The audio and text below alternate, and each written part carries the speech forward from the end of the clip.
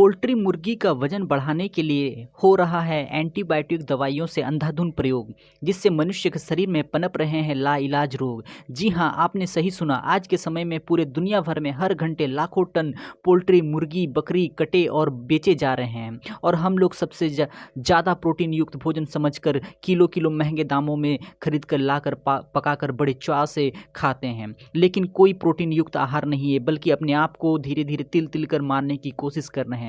पातर talk show में आप सभी का स्वागत है। आज हम बातचीत करने वाले हैं एक ऐसे विषय के बारे में जो शायद ही आपको पता है, लेकिन उससे पहले अगर आप हमारे चैनल में नए हैं तो चैनल को सब्सक्राइब कीजिए, वीडियो को लाइक कीजिए, ज़्यादा से ज़्यादा शेयर कीजिए ताकि दूसरों को भी इसके बारे में मालूम चले और उनके जीवन में भी एक आप हीरो के रूप में आ जाएं कि ये भी एक सच बात है। वीडियो को समझने के लिए इसको आसान भाषा में हम कुछ समझाए हैं, आप पहले उनको समझिए कि ये है क्या। पशु पक्षियों को जीवाणु जनित रोगों से बचाने के लिए पशुपालक एंटीबायोटिक दवाइयों का इस्तेमाल करते हैं, पर ज़्यादातर मुर्गी पालक ज़्यादा मुनाफे के लिए पक्षियों का वजन बढ़ाने के लिए भी एंटीबायोटिक दवाई का इस्तेमाल करते हैं। पशु पक्षियों में बैक्टीरिया के द्वारा जो भी रोग होता है उसे रोकने के उपचार के नाम पे एंटीबायोटिक दवाइयों का निर्धारित मात्रा में प्रयोग किया जाता है। एंटीबायोटिक दवाइयों का प्रयोग मुर्गियों को समय से जल्दी बढ़ाकर और वजन ज़्यादा बनाकर बाजार में महंगे दामों में बेचा जाता है।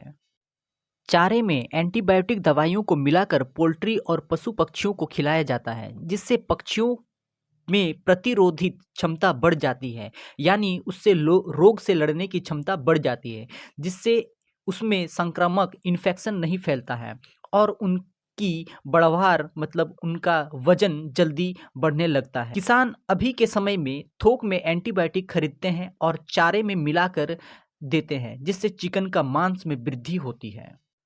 डॉक्टर बताते हैं कि कई बार लोग बीमार होने पर एंटीबायोटिक दवाई खाते हैं। यह शरीर की बीमारी वाले कीटाणु को मारने के लिए खाई जाती है।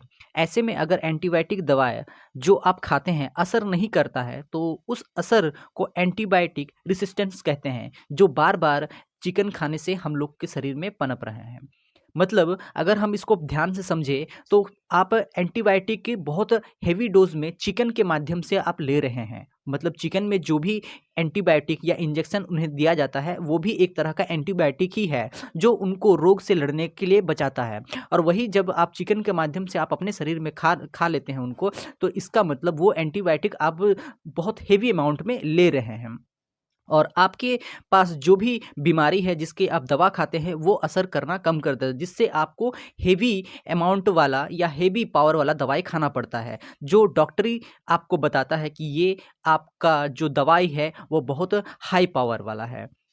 वर्ष 2014 में centre for science and environment ने पॉल्यूशन मॉनिटरिंग लेबोरेटरी में दिल्ली एनसीआर स्थित मुर्गी फार्मों में 70 चिकन सैंपल इकट्ठा किए, जिसमें 6 तरह के एंटीबायोटिक दवाइयां हम लोग को प्राप्त हुई, जिससे हम लोग के शरीर में काफ़ी नुकसान पहुंचाया। चलिए एक एक करके जान लेते हैं कि ये एंटीबायोटिक दवाइयाँ कौन कौन से हैं जो चिकन में लगाए जाते हैं या चिकन को खिलाए जाते हैं।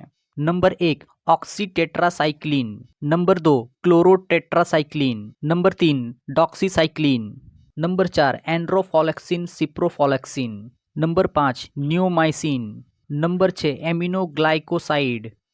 ये इतने सारे घातक एंटीबायोटिक दवाइयाँ चिकन के सैंपल में मिला गया था।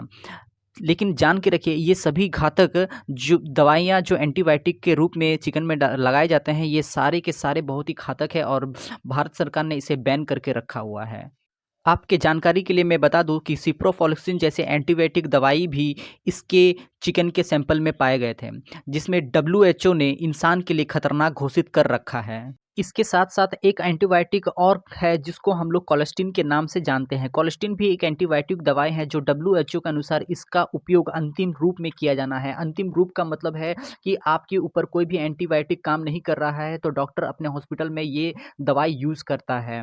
देखिए कोलेस्टिन इंजेक्शन या इंजेक्ट होने वाले पोल्ट्री खाने से हमारे क्या क्या नुकसान होते हैं, या जितने भी एंटीबायोटिक दवाइयाँ जो चिकन में यूज किया जा रहा है, जो बकरी पोल्ट्री सब में यूज किया जा रहा है, उससे खाने से हमारे क्या क्या नुकसान हो सकते हैं। चलिए एक एक करके उनके बारे में भी जान लेते हैं। कोलेस्टिन का उपयोग किया गया पोल्ट्री खाने से व्यक्ति के शरीर में जो कोलेस्टिन पहुंचता है, जिससे उस व्यक्ति के रोग की क्षमता कम हो जाती है या कम हो रही होती है। कोलेस्टीन विभिन्न प्रकार की खतरनाक बीमारियों से प्रभावित हो सकते हैं। यदि बैक्टीरिया इसके प्रति रोग का कारण हो सकते हैं तो आपका नुकसान भी हो जाएगा। ज़्यादा मात्रा में चिकन खाने से स्तन और प्रोस्टेट सहित कुछ प्रकार के कैंसर के विकास का कारण भी बन सकता है। चिकन उद्योग में मुर्गियों को तेजी से बढ़ाने के लिए उन्हें आर्सेनिक खिलाया जाता है, जो मनुष्य के लिए अत्यधिक जहरीला होता है और कैंसर, मनोभ्रम, तंत्रिका संबंधित समस्याओं का कारण भी बन सकता है। एवियन फ्लू एक गंभीर बीमारी है जो पोल्ट्री के माध्यम से फैलती है। इस बीमारी से निमोनिया का लक्षण के साथ साथ अंग काम करना बंद कर देता है और लोग बीमार रहने लगते हैं, यहाँ तक कि लोगों की मौत भी हो जाती है।